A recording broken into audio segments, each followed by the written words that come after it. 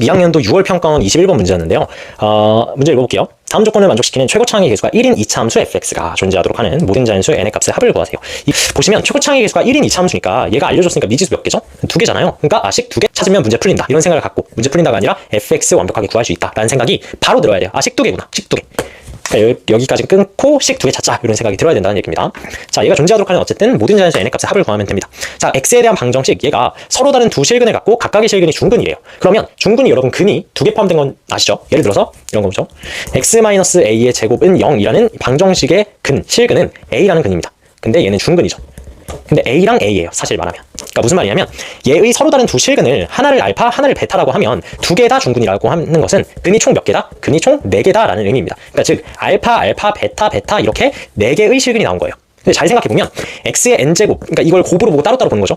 얘를 곱으로 보고 x의 n제곱 마이너스 64는 0과 fx는 0이라는 두 방정식에서 나온 실근의 합집합이 총 실근입니다. 이해되죠? 그러니까 요거는 얘를 우변으로 넘겨서 살짝 정리해보면 이렇게 되죠. 그러니까 결국 이 두 개의 방정식을 풀고 나오는 x값을 다 가지고 오면 가에 대한 실근이 나오는 거예요. 이 방정식에 대한 실근이 나오는 거죠. 잘 생각해보면 n이 짝수면 실근 몇 개 나오죠? 실근 2개잖아요.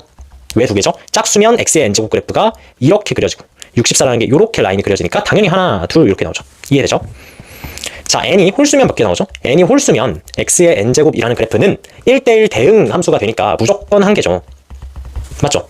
자, 나눠서 fx 몇 차 함수죠? 2차 함수입니다. 그러니까 근으로 나올 수 있는 게 최대가 2개고 접하는 경우 1개고 아니면 근이 없을 수도 있어요. 근데 잘 생각해 봅시다.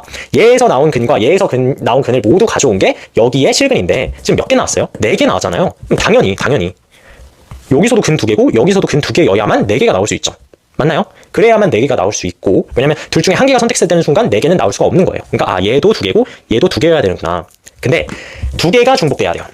근데 여기서 나오는 두 개의 x값은 서로 다른 x값입니다. 실제로 한번 구해볼까요? 그래프 그려보면서 실제로 한번 구해봅시다. x의 n제곱, n이 짝수인 경우 x의 n제곱은 이렇게 그려지고 64라는 게 여기 있으니까 얘가 y는 x의 n제곱이고 여기서 나오는 교점, 여기서 나오는 교점 찾은 건데 얘가 n제곱근 64죠. 얘는 마이너스 n제곱근 64가 되는 거죠. 맞죠? 그러니까 중요한 건 뭐냐면 여기서 나오는 x값, x값 두 개가 다 다른 x값이에요. 당연히도 여기서 나오는 두 x값이 다른 x값이죠. 근데 어떻게 하면 이렇게 둘 다 중근이 나올 수 있냐? 그거밖에 없네. 근이 일치할 수밖에 없네. 맞죠? 그러니까 무슨 말이냐면 여기서 나온 두 개의 x값이 알파랑 베타로 나온 거예요. 그럼 당연히 여기서도 알파와 베타가 나와야죠. 그래야지 알파도 중근, 베타도 중근 이렇게 나오니까. 근이 일치하는구나. 근데 우리가 여기서 나오는 x값, 즉 근을 알고 있어요. 그러니까 당연히 우변 fx에서 나오는 근의 값을 알고 있는 거죠. 그러니까 한번 구해보면 fx가 얘랑 얘를 근으로 갖는 거니까 fx는 0이라는 2차 방정식이 아래로 볼록인 2차 함수이면서 이 두 개를 근으로 가지려면 절편으로 가질 수밖에 없죠. 맞나요? 얘가 x 절편일 수밖에 없다. 그러니까 fx식을 세워보면 x-n 제곱근 64에 x 플러스 n 제곱근 64 이렇게 되는 거죠. 최고차항의 계수가 1이기 때문에. 맞나요? 오케이. 가번 조건 해석했으면 거의 다 끝났습니다. 이렇게 생각이 바로바로 나와야 돼요. 당연히 얘 보자마자 n이 짝수냐 홀수냐 분류하고 생각해보고 fx도 이런 식으로 생각해보고 했어야 되는 거죠. 자, 나번 조건 가봅시다. 함수 fx의 최소값이 음의 정수래요. 최소값이라는 것은 꼭지점에 x좌표를 대입했을 때의 y값이잖아요. 그러니까 즉 얘가 최소값이에요. 근데 꼭지점의 x좌표가 이 두 근의 평균인 0입니다. 그러니까 여기다가 x에다가 0을 대입했을 때의 함수값, 즉 f0을 넣었을 때 0 넣으면 얘랑 얘를 곱하면 되죠. 이거 곱하기 약간 어렵죠. 유리수 지수가 아니니까. 그래서 유리수 지수로 바꾸면 n제곱근 64라는 애는 64가 2의 6제곱이니까 얘는 2의 n분의 6제곱이 됩니다. 따라서 0을 대입하면 마이너스 2의 n분의 6제곱에다가 2의 n분의 6제곱을 곱하는 개념이 되는 거예요. 그러니까 둘이 곱해보면 마이너스 있고요. 2의 n분의 12제곱이 되네요. 맞죠? 얘가 뭐여야 된다? 음의 정수여야 된다. 근데 앞에 마이너스가 있잖아요. 그럼 이 부분 2의 n분의 12제곱이 뭐여야 됩니까? 얘가 자연수여야죠. 자연수.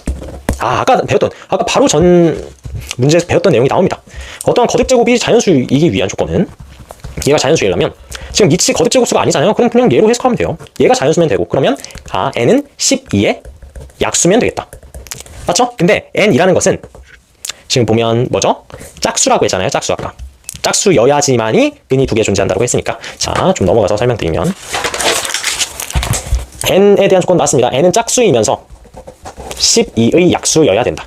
따라서 12의 약수라는 것은 1, 2, 3, 4, 6, 10인데 그 중에서 홀수 제외하고 짝수만 2, 4, 6, 12 이렇게 4개의 값이 나온다. 다 더하라고 하니까 다 더해보면 24가 나오네요. 그래서 정답은 24가 된다. 이렇게 정리할 수 있습니다.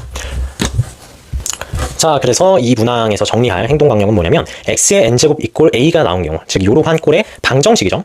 방정식. 요러한 꼴의 방정식이 나온 경우 무조건 n이 짝수일 때와 홀수일 때로 나누어서 생각한다. 이건 불변입니다. 항상 이렇게 해야 돼요.